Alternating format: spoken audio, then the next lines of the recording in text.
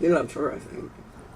But she had been having him, and she was a new Catholic, a new convert, and she had been having an affair with this married man who was also Catholic, of course, divorced back then. Thou shalt not ever, ever, ever. And it's possible, you know, I don't know how close it comes. I want to hear more about your Las dance- Vegas escapades Yeah. or Hollywood, whichever you Well, want let's to. see. I graduated from high school in '51. You asked me if there was anybody famous, and I started to tell you about Debbie. Debbie used to go to the doctor my mother worked for, and she was Miss Burbank 2 years before I was at Bellarmine Jefferson was the name of the school. Her sister Janet, no, Angie Dickinson's sister Janet, was the president of our class. So Angie had gone there. Debbie had been in Burbank. She was a French horn player with the Burbank Symphony, Debbie Reynolds.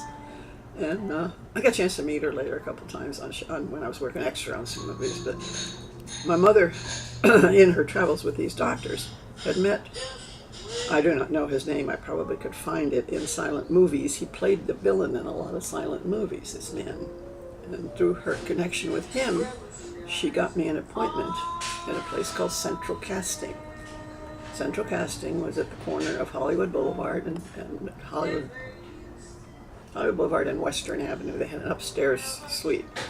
So you had to go and fill out this thing. What can you do? What are your talents? Can you dance? Can you ice skate? What kind of wardrobe do you have? Do you have bathing suits? Do you have evening clothes? Do you have furs?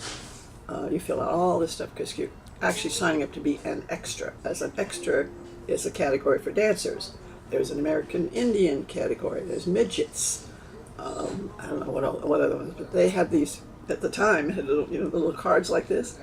They had files of these cards, and these men would sit in this big room, all at different phones. Ladies would answer the phone when you'd call in. You'd give your name. She would repeat the name over her, whatever it was, microphone into this room. Mm-hmm. Then all the guys would go, oh, she's a dancer and she's 5'10", blah, blah, blah. They'd go through the cards and see if there was anything for me for the next day, whether it be a dance audition, an extra job, and then they'd come back on and say no work if there was nothing, which could happen a lot. Did they take a percentage of whatever job? They were financed by the studios. Central Casting's always, I think it's still there. I'm not sure, maybe not the same way, I'm sure. It's famous. It's probably still there. Yeah, I was in